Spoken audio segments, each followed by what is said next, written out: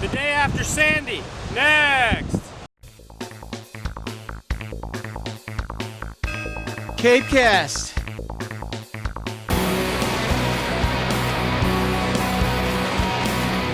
Transportation is going to be tied up for a long time.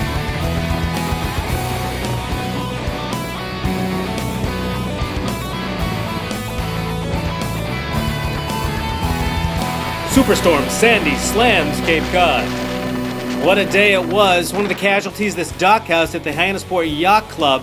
It got nailed. Here's what it looked like on Tuesday morning. And of course, the Hyannisport Yacht Club is where the Kennedy family does a lot of sailing. But forget sailing, how about driving? Here's the scene at Menahont Drive in Falmouth.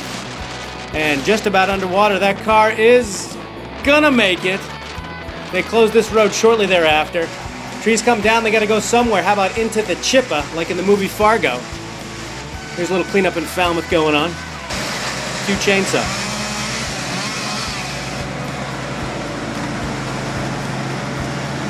On the lookout in Mashpee near Pompanesett Spit, which was washed over by storm waves. Some pretty good action down Mashpee way.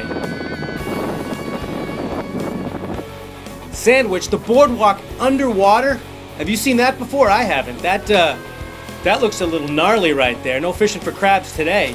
Spectator Sport Town Neck Beach in Sandwich, eyeballing what's coming out of the end of the canal. And a fair amount of people were just out there yesterday checking out the power of Sandy and hopefully not getting too close. But sometimes it's hard to resist when the biggest show on earth is right in front of you. Sandy Neck Beach in Barnstable, taking a beating over on the bay side.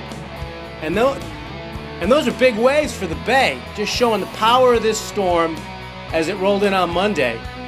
And the power of a storm can sometimes mean some flooding. Here we are in Centerville in the Long Beach Road area, and this is pretty much semi-submerged. Probably some work going on over there today. Up in Chatham at the Fish Pier, this is before high tide on Monday, and it was already getting kind of rowdy, splashing up and over.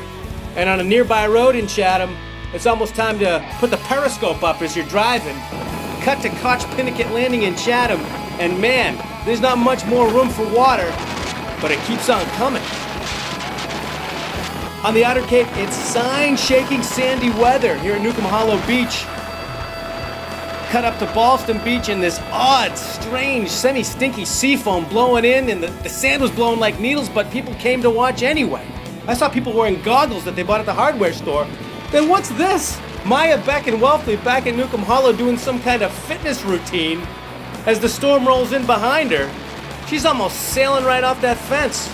Oh well, you gotta stay in shape. Don't open your window at Whitecrest Beach during a storm because flying objects come in and this whole storm just stood us on our head. McMillan Wharf in Provincetown is barely a pier. Look at it. Water as high as it really can go, but basically we survived this thing pretty much with some damage, power outages. Hang in there, folks. It's going to get better from here. What a storm. CapeCast.